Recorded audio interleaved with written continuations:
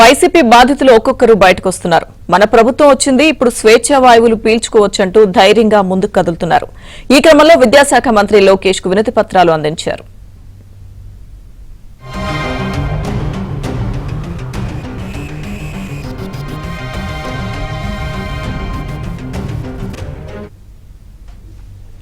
తెలుగుదేశం ప్రభుత్వం తమకు పీజీటీలుగా ఉపాధి కల్పిస్తే బొత్స సజ్జల అకారణంగా తొలగించి లంచం డిమాండ్ చేశారని బాధితులు ఆరోపిస్తున్నారు.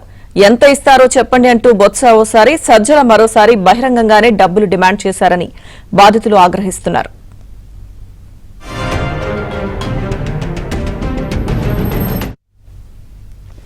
విద్యాశాఖ అధికారి ప్రవీణ్ ప్రకాష్ సైతం తమని అవహేళన చేశారని బాధితులు వాపోయారు.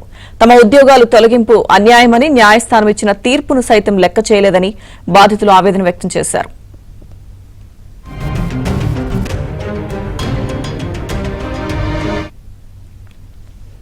వీలైనంత త్వరగా సమస్య పరిష్కరించి న్యాయం చేస్తానని బాధితులకు మంత్రి లోకేష్ హామీ ఇచ్చారు.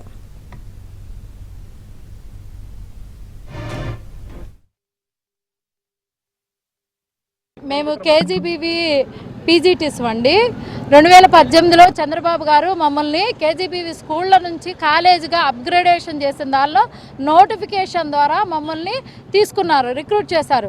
తెలుగు వాళ్ళని, ఇంగ్లీష్ వాళ్ళని, 2018లో జాయిన్ అయిన వాళ్ళని ఆయన జగన్ గారి ప్రభుత్వంలో లాస్ట్ ఇయర్ 2023 సంవత్సరంలో జూన్ నెలలో మమ్మల్ని ఆపేశారు.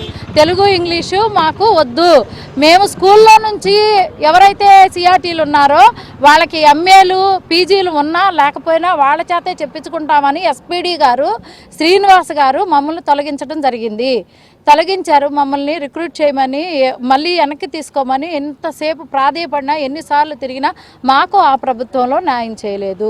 అందుకే ఇప్పుడు మాకు ఈ ప్రభుత్వంలో న్యాయం జరుగుతుందని చెప్పేసి లోకేష్ గారిని కలవటానికి తెలుగు ఇంగ్లీషు కేజీబీవీ కాలేజీ నుంచి మేము వచ్చాం. మార్నింగ్ మాకు కలవడానికి అపాయింట్మెంట్ ఇచ్చారు. ఏ సమస్య ఉన్నా సరే మేము పరిష్కరిస్తామని, న్యాయం చేస్తామని సార్ మాకు హామీ ఇచ్చారు. రేపు ఉదయం మాకు కలవడానికి అపాయింట్మెంట్ ఇచ్చారు. కాకపోతే మా ఇబ్బంది ఏంటంటే మేము పక్కాగా నోటిఫికేషన్, పేపర్ నోటిఫికేషన్ గవర్నమెంట్ ఇచ్చిన దీని ద్వారా ఐఏఎస్ కలెక్టర్ గారు, మాకు జీసీడీఓలు ఎవరైతే టీం ఉంటారో ఆ టీం అందరూ ఉండేటప్పుడే మేమేమో వచ్చి నోటిఫికేషన్ ద్వారా, ఇంటర్వ్యూ డెమో ద్వారా అన్ని సబ్జెక్టులు మనం ఒకేసారి రిక్రూట్మెంట్ అయ్యాం. 10 తర్వాత పెళ్లి కాదు చదువు అనే నినాదంతో చంద్రబాబు నాయుడు గారు 10th క్లాస్ తర్వాత ఇంటర్ కూడా పిల్లలు కొనసాగించాలని చెప్పేసి అప్గ్రేడ్ చేశారు కేజీబీవీని 10th నుంచి ఇంటర్కి.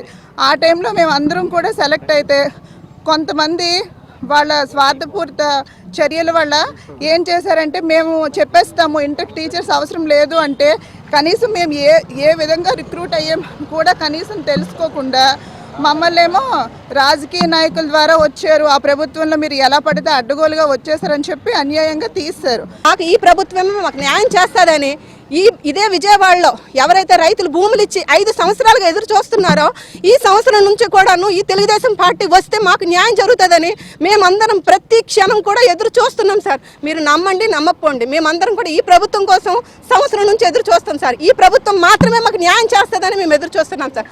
దయచేసి మీరు అందరూ కూడా మాకు అందరూ న్యాయం చేయండి. బత్సా గారు కూడా అదే మాట అన్నారు సార్, మేమేం చేయలేమమ్మా, ఏదైనా ఉంటే పైనుంచి చూసుకోవాలన్నారు. సీఎం గారి దగ్గరికి వెళ్ళాం, అవుతుందిలేండి అమ్మ, చూస్తారులే అమ్మ, ఇదే మాట. అతను విద్యాశాఖ మంత్రి కాదు, సజ్జల రామకృష్ణ గారే కాదు, వీళ్ళందరూ కూడా డబ్బులు అడిగిన వాళ్ళ డబ్బులు ఇచ్చేస్తే చేస్తామని మాతో పాటు రిక్రూట్మెంట్ అయినా సమానంగా రిక్రూట్మెంట్ అయ్యారు సార్. గ్రూప్స్ వాళ్ళందరి దగ్గర వాళ్ళకు కూడా కాంట్రాక్ట్ చేసేశారు, మమ్మల్ని మాత్రం తీసేశారు. ఒకే పేపర్ మీద రిక్రూట్మెంట్ అయ్యి Telugu English physics chemistry maths మేమందరం ఒకే పేపర్ మీద రిక్రూట్మెంట్ అయినప్పుడు మమ్మల్ని తీసేసి వాళ్ళకి కాంట్రాక్ట్ చేసేశారు. 12,000 జీతంకి 5 సంవత్సరాలు గొడ్డు చాకరీ చేశాము. 26,000 జీతం అయ్యేసరికి కొంత మూటలు అందుకొని వాళ్ళందరికీ న్యాయం చేసి మమ్మల్ని అందరూ నడి రోడ్డు మీద నిలబెట్టారు. అంటే డబ్బులు ఇస్తేనే కాంట్రాక్ట్లోకి మారుస్తాం, డబ్బులు ఇస్తేనే పనులు అవుతాయని అంటే అయితే మేము కూడా డబ్బులు ఇవ్వడానికి మేము ఏమైనా పశువులమా సార్? మేము కష్టపడి పోస్టులు సంపాదించుకొని వచ్చాం, మేము డబ్బులు ఎలా సార్ ఇస్తాం? మేము అందరితో పాటు రిక్రూట్మెంట్ అయ్యాం. సో మాకు న్యాయం చేయాలి, కానీ మేము డబ్బులు అంటే మేము ఎక్కడి నుంచి